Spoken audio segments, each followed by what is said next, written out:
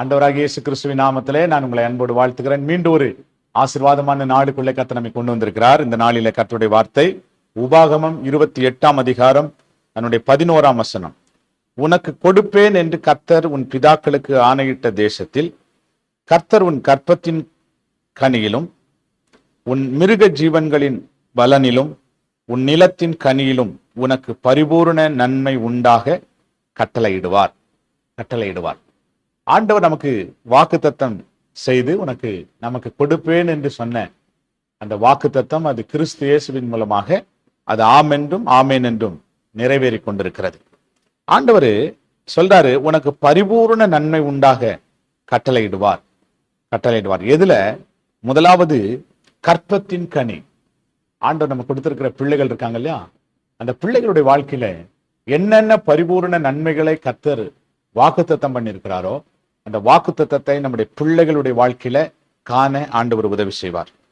இரண்டாவது, உன் மிருக ஜீவன்களின் பலனிலும். மிருக ஜீவன்கள், ஆமா, மிருக ஜீவன்கள் என்று சொல்லும் போது ஆண்டவர் இன்றைக்கு நமக்கு கொடுத்த ஆசீர்வாதம், உலக பிரகாரமான ஆசீர்வாதம். ஆமா, நமக்கு ஆண்டவர் கொடுத்திருக்கிற நல்ல வீடா இருக்கட்டும், நல்ல வாகனங்களா இருக்கட்டும், ஆமா ஸ்தோத்திரம். ஆண்டவர் நமக்கு கொடுத்திருக்கிற உலக பிரகாரமான பிழைப்பா இருக்கட்டும், நல்ல வருமானமா இருக்கட்டும், அதுல ஆண்டவர் சொல்றாரு பரிபூர்ண நன்மையை நான் உனக்கு கட்டளையிடுவேன். மூன்றாவது, உன் நிலத்தின் கனியிலும்.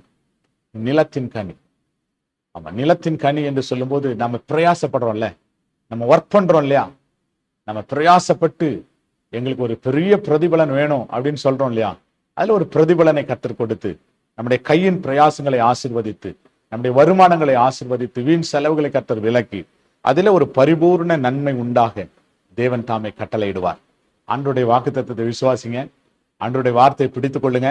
கர்த்தர் நிச்சயமாக பரிபூர்ண நன்மை கொடுத்து நம்மை ஆசீர்வதிப்பார். நல்ல பிதாவே, நாங்கள் நன்றியோடு மை ஸ்தோத்திரிக்கிறோம். நீர் பாராட்டின கிருபைக்காய் ஸ்தோத்திரப்பா.